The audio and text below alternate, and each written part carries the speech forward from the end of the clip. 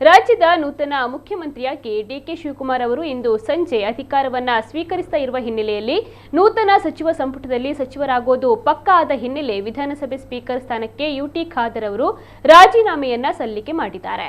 ಲೋಕಭವನದಲ್ಲೇ deputy ಸ್ಪೀಕರ್ಗೆ Khader ರಾಜೀನಾಮೆ ಪತ್ರವನ್ನ ಸಲ್ಲಿಸಿದ್ದು, ಸಚಿವರಾಗಿ ಪ್ರಮಾಣ ವಚನ ಸ್ವೀಕರಿಸಲು ಬರುವಂತೆ ನಿಯೋಜಿತ ಸಿಎಂ ಡಿಕೆ ಶಿವಕುಮಾರ್ ಅವರಿಂದ ಕರೆ ಬೆನ್ನಲ್ಲೇ ಈ ವಿದ್ಯಮಾನ ನಡೆದಿದೆ. ಸ್ಪೀಕರ್ ಆಗಿ 3 ವರ್ಷಗಳ ಅವಧಿಯಲ್ಲಿ ಸಹಕಾರವನ್ನ ನೀಡಿದ್ದಕ್ಕೆ ರಾಜ್ಯಪಾಲ ಥಾವರ್ ಚಂದ್ ಗೆಹ್ಲೋಟ್ಗೆ ಯುಟಿ ಖಾದರ್ ಅವರು ಧನ್ಯವಾದವನ್ನು ತಿಳಿಸಿದ್ದಾರೆ.